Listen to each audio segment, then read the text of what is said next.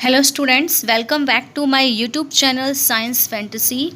Here we are doing unit number 4, Chemical Kinetics. In our last lecture, we discussed about the unit of rate constant for different order of reaction, rate law, law of mass action and related numerical. Now our next topic is the molecularity of a reaction. इस जो molecularity है इसको discuss करने से पहले हमें ये पता होना चाहिए कि केमिकल रिएक्शन होती क्या है। तो केमिकल रिएक्शन में क्या होता है कि आपके पास कुछ रिएक्टेंट होते हैं, वो रिएक्टेंट जो होते हैं वो आपस में रिएक्ट करके हमें क्या बताते हैं, प्रोडक्ट बताते हैं, प्रोडक्ट बनाते हैं। अब ये यहाँ पे जो रिएक्शन हुई है ये ज़रूरी नहीं है कि एकदम से हो जाए। जो रिएक्टेंट होते हैं, जब भी कोई केमिकल रिएक्शन होती है तो उसमें क्या होता है, जो भी उस रिएक्टेंट के बीच में जो ओल्ड बॉन्ड होता है वो ओल्ड बॉन्ड क्या होता है, आपका ब्रेक होता है and there is the formation of new bond. और ऑलवेज जो है वो फॉर्मेशन होती है किसकी, न्यू बॉन्ड की, जब भी कोई केमिकल रिएक्शन होती है। ओके, जब भी कोई केमिकल रिएक्शन होती है तो हो सकता है वो रिएक्शन आपकी सिंगल स्टेप ही हो। सिंगल स्टेप का मतलब कि एक ही स्टेप में होके ख़त्म हो जाए, या फिर आपकी क्या हो, मल्टीपल स्टेप में हो। मल्टीपल स्टेप का मतलब कि आपका एक से ज़्यादा स्टेप वहाँ पे प्रेजेंट हो, एक से ज़्यादा स्टेप में आपकी रिएक्शन होती है, उसको हम क्या कहते हैं, मल्टीपल स्टेप रिएक्शन। तो जो आपकी रिएक्शन सिंगल स्टेप होती है मतलब कि उसको हम क्या कहते हैं, एलिमेंट्री रिएक्शंस। अगर आपके पास क्वेश्चन आए what is elementary reaction, elementary reaction का मतलब the reaction which taking place in one step, की ऐसी रिएक्शंस जो क्या होती हैं, वन स्टेप होती हैं। यानी कि आप कह सकते हो कि जो वन स्टेप रिएक्शंस होती हैं उसको हम क्या कहते हैं, आपकी एलिमेंट्री रिएक्शन कहते हैं। लेकिन कुछ रिएक्शन जो मल्टीपल स्टेप में होती हैं उन रिएक्शंस को हम क्या कहते हैं, कॉम्प्लेक्स रिएक्शन कहते हैं। क्या कहते हैं, कॉम्प्लेक्स रिएक्शन कहते हैं। कॉम्प्लेक्स रिएक्शंस वो होती हैं जो मल्टीपल स्टेप में होती हैं। क्या होती हैं, मल्टीपल स्टेप में होती हैं।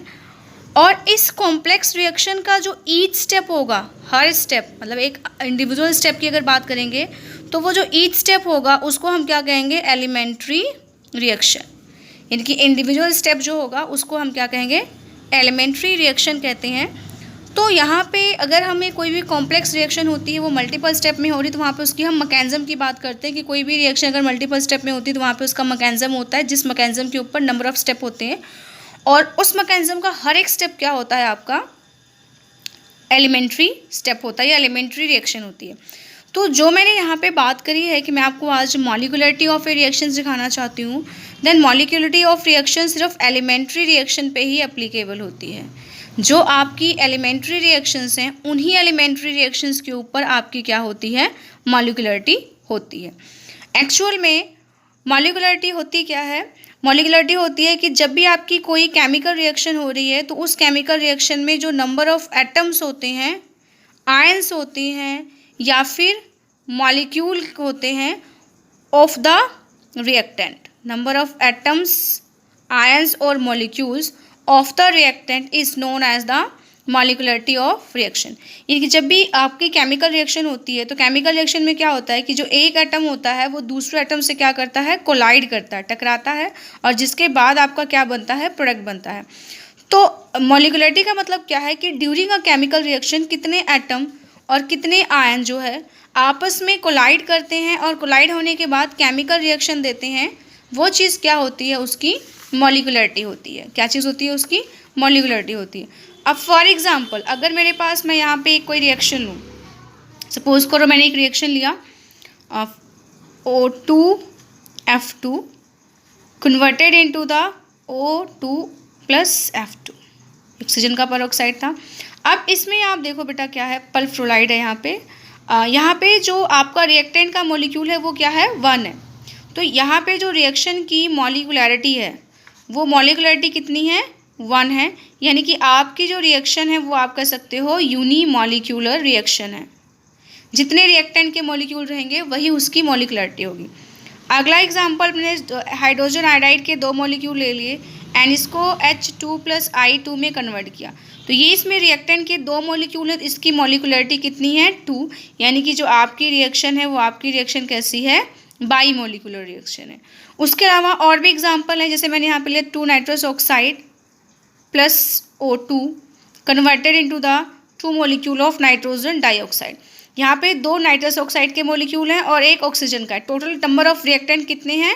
3। तो ये जो आपकी रिएक्शन है इसकी मॉलिक्यूलरिटी कितनी हो गई? 3 टेर मॉलिक्यूलर होगी। मतलब कि क्या है कि किसी भी केमिकल रिएक्शन में कितने रिएक्टेंट के मॉलिक्यूल आपस में रिएक्ट करके प्रोडक्ट बनाते हैं, वो उस रिएक्शन की क्या होती है? मॉलिक्यूलरिटी यहाँ पे आपको होती है, उसी को हम कहेंगे। और मॉलिक्यूलरिटी कभी भी कॉम्प्लेक्स रिएक्शन के लिए नहीं होती है। मॉलिक्यूलरिटी हमेशा जो होती है वो सिंपल रिएक्शन होती हैं, जो एलिमेंट्री रिएक्शन होती हैं, जो 1 स्टेप रिएक्शन होती है, उन्हीं के लिए यहाँ पे आपकी हो जाती है। जब भी कोई केमिकल रिएक्शन हो रही है, उस केमिकल रिएक्शन में हम मैकेनिज्म की बात करते हैं, जब कॉम्प्लेक्स की बात करते हैं, तो उसमें जो आपका सबसे स्लो स्टेप होता है, सबसे स्लो का मतलब जो सबसे स्लो होता है, बिल्कुल आराम से होता है, तो सबसे स्लो स्टेप होता है, उसी स्लोएस्ट स्टेप को हम क्या कहते हैं? Rate determining step of reaction. Slowest step of the reaction is known as the rate determining step of the reaction. Hope so आपको यहाँ तक समझ में आया हो। मैंने आपको मॉलिक्यूलरिटी बताया है। मॉलिक्यूलरिटी का मतलब क्या होता है? कितने रिएक्टेंट के मॉलिक्यूल आपस में रिएक्ट करते हैं during the formation of product, यानी कि कितना आपस में कोलाइड करते हैं। और अगर कोई भी रिएक्शन सिंगल स्टेप में है तो वो एलिमेंट्री रिएक्शन है, और अगर मल्टीपल स्टेप में है तो वो कॉम्प्लेक्स रिएक्शन है। जो मॉलिक्यूलरिटी होती है वो हमेशा एलिमेंट्री रिएक्शंस के लिए होती है, और कॉम्प्लेक्स रिएक्शन के अंदर सबसे स्लो स्टेप होता है, उसको हम क्या कहते हैं? Rate determining step. Okay, now next topic is the difference between the order and molecularity of the reaction. Next lecture में आपने रिएक्शन के ऑर्डर के बारे में पढ़ा है कि ऑर्डर ऑफ रिएक्शन क्या होता है, एंड इस लेक्चर में मैंने अभी आपको स्टार्टिंग में बताया कि जो रिएक्शन होती है उसकी मॉलिक्यूलरिटी क्या होती है।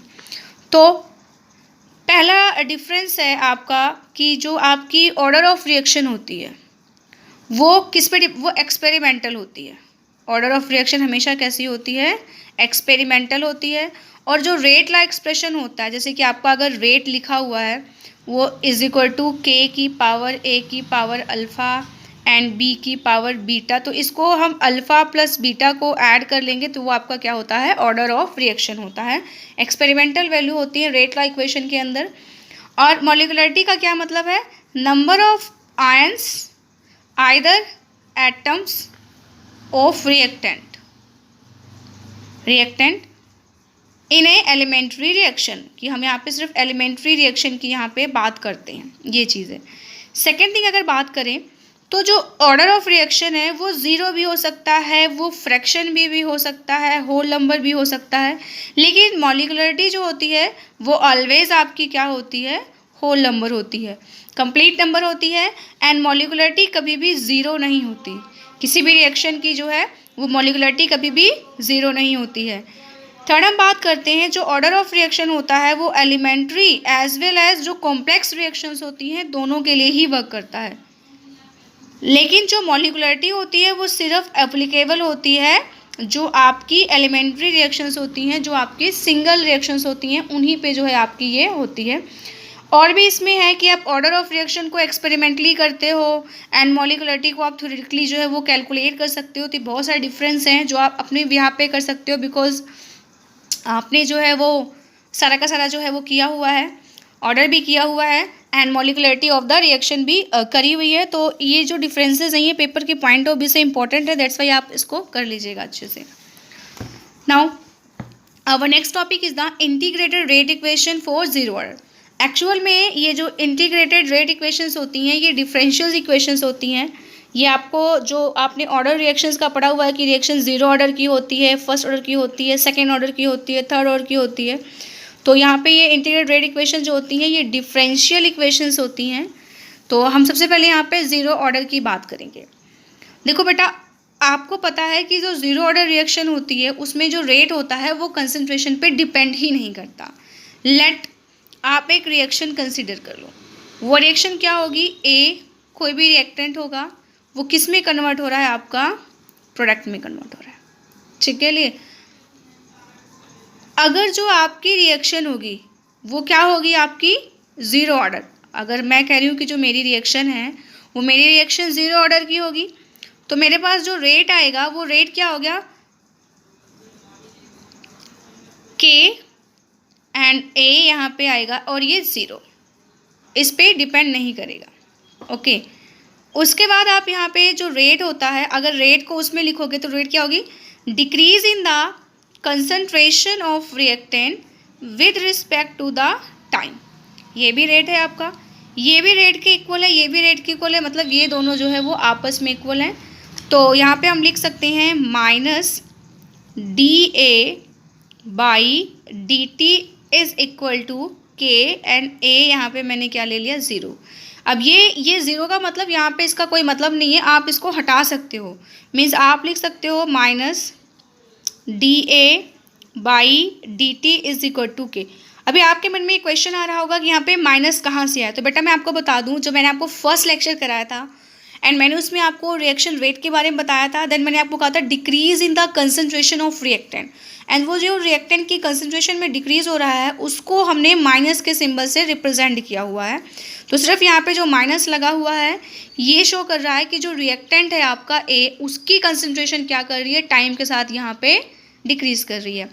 देन अगर मैं इस इक्वेशन को रीअरेंज करती हूँ तो मैं इस इक्वेशन को लिख सकती हूँ D A is equal to minus K D T. D A ये रहा, माइनस भी उधर ले गए और डी टी भी हम उधर ले गए। सपोज करो मैंने इस इक्वेशन को इक्वेशन नंबर 1 मान लिया। अब मैं क्या करूँगी, इस रिएक्शन को इंटीग्रेट करूँगी, integrating reaction 1 in both side.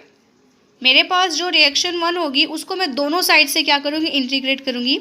तो इंटीग्रेशन का सिंबल ये रहा, तो मैंने यहाँ पे लगा दिया D A is equal to minus K D T. ठीक है, जब मैंने इंटीग्रेशन किया तो यहाँ पे मेरे पास क्या आ गया, ए इज इक्वल टू माइनस के टी प्लस आई, के टी प्लस आई। इस इक्वेशन को मैं इक्वेशन नंबर 2 मानती हूँ। यहाँ पे जो मेरे पास आई आया है, आई एक्चुअल में क्या है, इंटीग्रेशन कांस्टेंट। आई क्या है आपका, इंटीग्रेशन कांस्टेंट।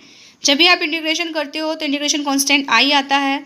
समवॉट आप सी भी यूज़ करते हो कहीं कहीं इंटीग्रेशन कांस्टेंट, अगर आप मैथ्स में भी कर रहे हो तो डोंट गेट कंफ्यूज कि आप आई भी यूज़ कर सकते हो इंटीग्रेशन कांस्टेंट के लिए एंड आप सी भी यूज़ कर सकते हो इंटीग्रेशन कांस्टेंट के लिए, तो दोनों जो है वो सेम है। ठीक है, अब हम बात करते हैं कि जब रिएक्शन को हमने बिल्कुल स्टार्ट किया होगा, जब रिएक्शन क्या होगी, बिल्कुल बिगनिंग में, स्टार्टिंग में होगी। तो जब रिएक्शन बिल्कुल स्टार्टिंग में होगी तो उस टाइम जो टी होगा वो टी कितना होगा, 0। जब टी 0 होगा तो उस टाइम में जो प्रोडक्ट कंसंट्रेशन होगी वो भी क्या होगी, आपकी इनिशियल होगी, ए नॉट। देखो ए नॉट कंसंट्रेशन इनिशियल के लिए हमने यहाँ पे लिखा हुआ है कि जो बिल्कुल स्टार्टिंग में थी, जो आपका टाइम था। तो अभी जो आपकी ये वैल्यू है टी इज इक्वल टू 0 और A is equal to A naught, हम इसको इस इक्वेशन में पुट करेंगे। तो ए के प्लेस पे मैंने ए नॉट पुट कर देना है, ये 0। तो मेरे पास वहाँ पे इक्वेशन एक बार लिख लूँ, जो पिछले मेरे पास थर्ड इक्वेशन थी वो ए इज इक्वल टू माइनस के टी प्लस आई थी। ये मेरे पास थर्ड इक्वेशन जो मैंने पीछे अभी वहाँ पे निकाली है, सेकेंड इक्वेशन थी। अभी मैं ये वैल्यूज़ को इसमें पुट करूँगी, तो मैंने ए की जगह पे ए नोट जो कि इनिशियल कंसंट्रेशन है, माइनस के इंटू टी के प्लेस पे 0 प्लस आई पुट किया। देन मेरे पास क्या आ जाएगा, A not is equal to I. ये जो वैल्यू आई है इक्वेशन नंबर 3 की, इसको मैंने सेकंड में पुट किया। तो आप कह सकते हो from equation second and third. Second और थर्ड इक्वेशन जब आप यहाँ पे करोगे तो देन आप क्या कर सकते हो, यहाँ पे इसकी जगह पे ए नोट पुट कर दो, तो आपको जाएगा A molar concentration of A minus के T plus molar concentration of A naught आ गया। इस इक्वेशन को मैं अगर रीअरेंज करूँ, मैं जो के टी है इसको इधर लेके जाती हूँ और तो क्या हो जाएगा, k t is equal to A naught minus A, ये प्लस में था उधर आ गया। अब यहाँ पे अगर के की वैल्यू निकालो क्या आ जाएगा, 1/t molar concentration of A naught minus molar concentration of A. तो this is the integrated rate equation for 0 order reaction. ये आपके लिए क्या है, इंटीग्रेटेड रेट इक्वेशन है फॉर ज़ीरो ऑर्डर रिएक्शन। अगर कोई भी रिएक्शन ज़ीरो ऑर्डर की होगी तो उसे ये जो इक्वेशन नंबर 4 है ये ज़रूर उसको क्या करना चाहिए, फॉलो करना चाहिए। अब ये रिएक्शन को अगर आप एक इक्वेशन मानो स्ट्रेट लाइन, जो आपकी स्ट्रेट लाइन इक्वेशन होती है y is equal to m x plus c, और आप एक ग्राफ प्लॉट करो a वर्सेस t। आप a और t के बीच में अगर ग्राफ प्लॉट करो, a और t के बीच में ग्राफ प्लॉट करने का मतलब है कि आपकी ये जो इक्वेशन है, ये वाली जो ऊपर वाली जिसको अभी आपने रीअरेंज नहीं किया हुआ है, अगर मैं इसको यहाँ पे लूँ तो ये हो जाएगा a is equal to minus के टी प्लस ए नॉट। तो हमने a और t के बीच में करना है, तो जो मेरा स्लोप आएगा वो m, वो क्या आएगा माइनस के और इंटरसेप्ट c कितना आएगा मेरा a नॉट आएगा। तो अगर मैं इनके बीच में यहाँ पे एक ग्राफ प्लॉट करूँ, ग्राफ कैसे प्लॉट करना है, मैंने यहाँ पे टाइम t ले लिया है और यहाँ पे जो है वो कंसंट्रेशन आपकी a ले ली है। तो मेरे पास एक स्ट्रेट लाइन स्टीप जो है वो ग्राफ प्लॉट होता है, जिसमें जो आपका m जो स्लोप होता है वो माइनस के है, और ये जो इंटरसेप्ट यहाँ पे आ रहा है वो आपका कितना आ रहा है a नॉट, यहाँ पे इंटरसेप्ट आपका आ रहा है। एक तो ये हो गया। दूसरा, अगर मैं इसका जो ग्राफ है, इस वाले ग्राफ को मैं प्लॉट करूँ किसके बीच में, कि इधर मैंने ले लिया है कंसंट्रेशन एंड इधर मैंने क्या ले लिया है रेट, क्योंकि ज़ीरो ऑर्डर रिएक्शन रेट पे इंडिपेंडेंट करती है। तो आपके पास एक स्ट्रेट लाइन ग्राफ आएगा जो कि पैरेलल होगा कंसंट्रेशन एक्सिस के, बिकॉज कंसंट्रेशन पे डिपेंड ही नहीं करता, तो रेट वही चलेगा। आपकी कंसंट्रेशन जितनी मर्जी इंक्रीज करो, जितनी मर्जी क्या करो डिक्रीज करो। एक थर्ड टाइप का ग्राफ आता है ज़ीरो ऑर्डर रिएक्शन के लिए, कि अगर मैं यहाँ पे ए नोट क्या है इनिशियल कंसंट्रेशन एंड टाइम 1/2 पे करूँगी, ये थोड़ा मैं आपको होगी हाफ लाइफ पीरियड करवाऊँगी, उसके बाद करवाती हूँ। तो यहाँ पे मैं जो है यहाँ तक करो आप, सबसे पहले मैं आपको हाफ लाइफ पीरियड करवाती हूँ। Half life period, what is the half life period? किसी भी चीज़ का हाफ लाइफ पीरियड वो टाइम होता है जिस टाइम पे कोई भी सब्सटेंस अपने इनिशियल कंसंट्रेशन का हाफ रह जाता है। जो हाफ लाइफ पीरियड होता है उसको रिप्रेजेंट करते हैं T1/2। तो is the time in which the half of the substance has reacted. मतलब कि अगर इनिशियली मेरे पास कोई चीज़ 10 ग्राम है तो वो T हाफ के बाद जो है वो क्या रह जाएगी 5 ग्राम रह जाएगी। मतलब अपनी इनिशियल कंसंट्रेशन का क्या रह जाएगा वहाँ पे हाफ रह जाएगा। तो हाफ लाइफ कैसे निकालते हैं? हाफ लाइफ के लिए जो T होता है वो T1/2 हो जाता है। उस केस में जो आपकी इनिशियल कंसंट्रेशन है हाफ लाइफ पीरियड में, इनिशियल कंसंट्रेशन तो आपकी क्या रहेगी A0 ही रहेगी, लेकिन जो आपकी फाइनल कंसंट्रेशन रहेगी जिसको आप A से रिप्रेजेंट करते हो वो इनिशियल का क्या हो जाएगा हाफ A/2। इसको इसमें पुट करेंगे हम तो क्या आ जाएगा K is equal to 1/T1/2, और यहाँ पे A0 के प्लेस पे हमारे पास A0 ही रहेगा एंड A के प्लेस पे क्या आ जाएगा, क्योंकि जो फाइनल कंसंट्रेशन है वो इनिशियल का हाफ आ जाएगी। तो इसको अगर हम सॉल्व करते हैं तो इस चीज़ को ऊपर ले जाओ, जगह T1/2 is equal to 1/K। यहाँ पे एलसीएम लेंगे तो एलसीएम क्या आ जाएगा 2A0 माइनस A0 अपॉन 2, ये चीज़ आएगा।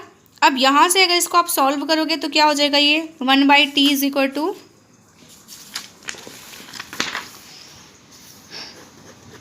ये हो जाएगा आपका T1/2 इज इक्वल टू आपका क्या हो जाएगा, आपके पास था उधर 1/K एंड आपके पास था 2A0 minus A0 divide by 2, ये चीज़ था आपके पास। 2A0 में से A0 जाएगा, क्या बचेगा A0। T1/2 is equal to 1/K into A0/2, या फिर आप इसको लिख सकते हो T1/2 is equal to A0/2K। तो इससे क्या पता चलता है कि जो हाफ लाइफ पीरियड है वो इनिशियल कंसंट्रेशन पे डिपेंड करता है। मीन्स कि इनिशियल में कंसंट्रेशन जितनी ज़्यादा रहेगी उसके लिए हाफ लाइफ पीरियड जो है वो उतना ज़्यादा रहेगा।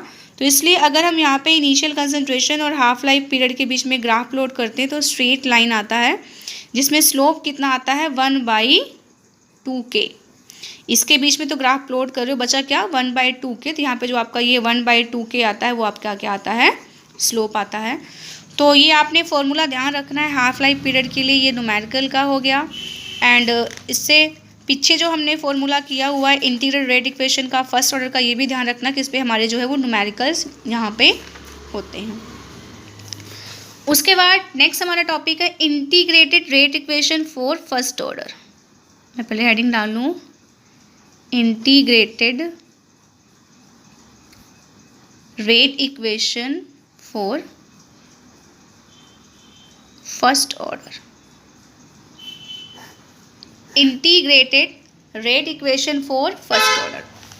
फर्स्ट ऑर्डर में क्या होता है कि अगर कोई रिएक्शन आपकी फर्स्ट ऑर्डर काइनेटिक्स को फॉलो कर रही है, हमने यहाँ पे लिया कि अगर मेरे पास कोई भी रिएक्शन है वो फर्स्ट ऑर्डर काइनेटिक्स को फॉलो कर रही है, तो रिएक्टेंट की किसी एक कंसंट्रेशन टर्म पे आपका जो रेट है रिएक्शन का वो डिपेंड करेगा। फॉर एग्जांपल मैंने यहाँ पे एक रिएक्शन सेलेक्ट की, कंसीडर किया, A converted into the product, ये लिया। या फिर मैंने क्या लिया, A plus B converted into the product. इसको समझने की कोशिश करेंगे। ये इक्वेशन 1 ले ली, ये इक्वेशन 2 ले ली। अगर मैं इक्वेशन 1 के लिए रेट की बात करूँगी तो रेट जो होगा वो डायरेक्टली पोर्शन होगा ए पे। ऐसे ही अगर मैं सेकंड के लिए बात करूँगी तो rate is equal to either concentration of A और either the concentration of B, मतलब दोनों में से किसी एक पे ही डिपेंड करता है, तो आपकी क्या होती है, फर्स्ट ऑर्डर रिएक्शन होती है। अब हम सपोज करते हैं, हम एक सिंपलेस्ट फर्स्ट वाली रिएक्शन ले लेते हैं। हमने क्या किया, एक रिएक्टेंट ए लिया, उसको किस में कन्वर्ट कर दिया, प्रोडक्ट में। हम यहाँ पे हम सपोज करते हैं कि हमारे पास जो ए है वो रिएक्टेंट की इनिशियल कंसंट्रेशन है। तो हमने सपोज किया कि जो इनिशियल कंसंट्रेशन है वो हमारे पास कितनी है, ए मोल पर लीटर। हमने कोई भी सब्सटेंस ले सकते हो आप, वहाँ पे ए मोल पर लीटर क्या किया, इसकी इनिशियल कंसंट्रेशन सपोज कर लिया। अब हम सपोज कर रहे हैं कि आफ्टर टाइम टी, हमारे पास एक टाइम था टी, उस टाइम के बाद जो एक्स मोल्स थे, एक्स मोल क्या कर गए, वो रिएक्ट कर गए, एक्स मोल पर लीटर जो है वो रिएक्ट कर गए और वो डीकम्पोज हो गए। देन आफ्टर टाइम टी जो हमारे पास कंसंट्रेशन बचेगी वो कितनी होगी आपकी, A minus x. After time t we have concentration A minus x, क्योंकि स्टार्टिंग में हमने क्या लिया था, ए मोल पर लीटर लिया था एंड उसमें से एक्स मोल पर लीटर जो है वो रिएक्ट कर गए थे, तो बचा कितना, ए में से एक्स माइनस कर दिया, ए माइनस एक्स। तो अब हमारे पास यही कंसंट्रेशन है।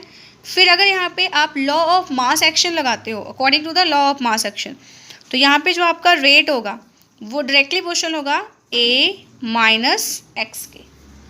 According to the law of mass action यहाँ पे आपका रेट होगा ए माइनस एक्स के। अब यहाँ पे रेट क्या होता है, change in the concentration with respect to the time. तो चेंज इन द कंसंट्रेशन क्या है, डी एक्स, और ये इंटरवल टाइम का D T, directly proportional to A minus X. जब आप यहाँ से जो है वो प्रोपोर्शनैलिटी का सिंबल हटाते हैं तो इक्वल आता है और क्या आता है, कांस्टेंट। ये जाएगा D X by D T is equal to K A minus X. इस इक्वेशन को मैं ले लेती हूँ इक्वेशन नंबर 1। हमने क्या करना है, इस इक्वेशन को रीअरेंज करना है। रीअरेंज करना है कि जो एक्स वाली टर्म्स हैं सारी, उस एक्स वाली टर्म को हमने क्या करना है, एक तरफ लेके आना है, बाकी की जो टर्म है उसको हमने एक तरफ करना है। तो ये जब नीचे आएगा तो D x upon A minus x is equal to के डी टी हो जाएगा। तो इसको हम नेक्स्ट पेज पे करेंगे। ये क्या जाएगा हमारे पास, d x upon A minus x is equal to के डी टी। ये चीज़ आ गई मेरे पास। इसको इक्वेशन नंबर क्या ले लेते हैं, 2 ले लेते हैं। अब हम क्या करेंगे, इसको इंटीग्रेट करेंगे both side. Integrating equation to both side, दोनों साइड करेंगे। तो इंटीग्रेशन का सिंबल मैंने आपको बताया है, D x upon A minus x is equal to के डी टी। ये हो गया। अब यहाँ पे इसको इंटीग्रेट करने के बाद मेरे पास आ जाएगा minus natural log a minus x is equal to k T plus I. इसको इक्वेशन नंबर 3 ले लो। यहाँ पे जो आपका आई है वो आई क्या है, इंटीग्रेशन कांस्टेंट। आई क्या है आपका, इंटीग्रेशन कांस्टेंट है आई। स्टार्टिंग में जब t क्या था, 0 था, देन x भी क्या था, 0 था। इस वैल्यू को हमने इक्वेशन थर्ड में पुट किया, minus ln a minus 0 is equal to k into 0 plus I. Then मेरे पास क्या आ गया, minus ln a is equal to I. ये जो वैल्यू आई है इसको इक्वेशन नंबर 1 में पुट करो, थर्ड में पुट करो। Put this value in equation third, क्या आएगा, minus ln a minus x is equal to k t minus ln a। ये माइनस में इसको इधर ले जाओ, प्लस में हो जाएगा, तो आपका क्या हो जाएगा, ये k t is equal to ln a minus ln a minus x. ये चीज़ हो गया। आपके पास ये नेचुरल लॉग हैं, तो मेरे पास एक फॉर्मूला होता है, अगर मेरे पास लिखा है log m minus log n, तो वो क्या हो जाता है, मेरे पास हो जाता है log m बाई n। ये मेरे पास एक आइडेंटिटी है जो लॉगरिथम में यूज़ होती है, तो ये log की फॉर्म में दिया है, ये log m minus log n, तो मैं इसको log m बाई n लिख सकती हूँ। तो मेरे पास क्या हो जाएगा, k t is equal to log a upon a minus x. हो गया ये जो ln है ये क्या है, आपका नेचुरल लॉग है। ये कॉमन लॉग में 2.303 लॉग के क्या होता है, इक्वल होता है। तो आप इसको पुट करोगे, k t is equal to 2.303 log a upon a minus x. Rate constant k is equal to 1 by t, 2.303 log a upon a minus x.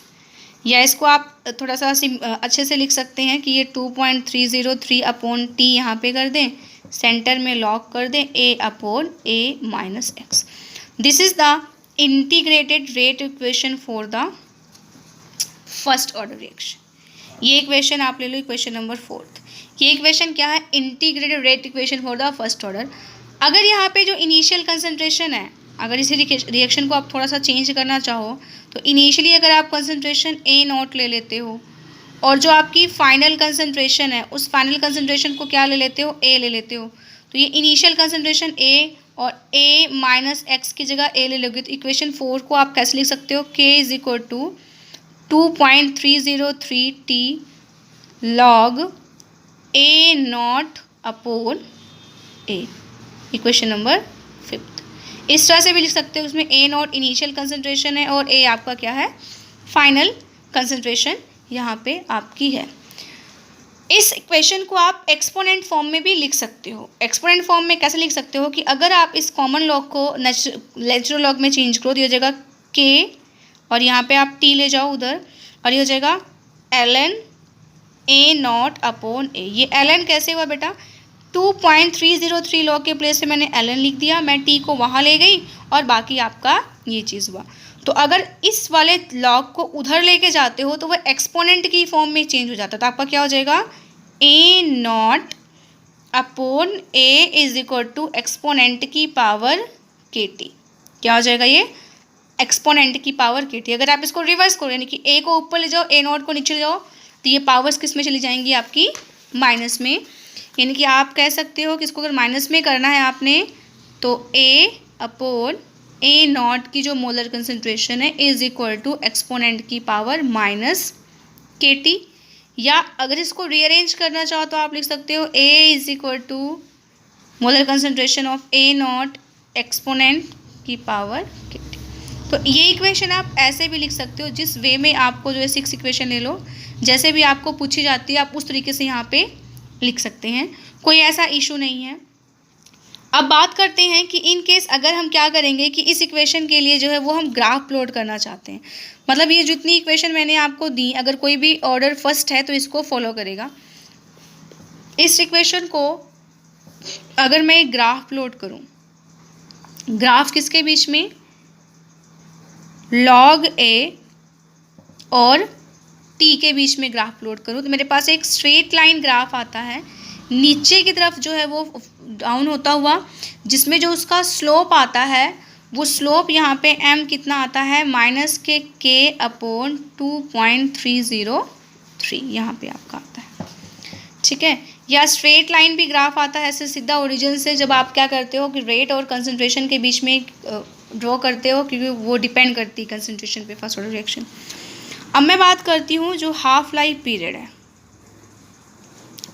Half life period आपको मैंने बता दिया क्या होता है। वो कंसंट्रेशन जिसमें मतलब वो आधा रह जाता है। तो आपके पास देखो क्या है, आपने इक्वेशन ली थी K is equal to 2.303 upon T log concentration of A0 upon A। तो हाफ लाइफ पीरियड में जो T है, T की वैल्यू तो आप क्या पुट कर दोगे, T1/2। इनिशियल कंसंट्रेशन वही रहेगी, लेकिन जो आपकी फाइनल कंसंट्रेशन है A, वो क्या हो जाएगी, A0/2। इस वैल्यूज़ को इसमें पुट कर दो तो आपको हो जाएगा T1/T 2.303 अपॉन K लॉग, ऊपर रहेगा आपका A0 और नीचे क्या रहेगा, A0/2। A0 से A0 कैंसिल हो गया आपका, यहाँ पर जाएगा T1/2, T2 is equal to 2.303 K and ये आपका हो जाएगा log 2।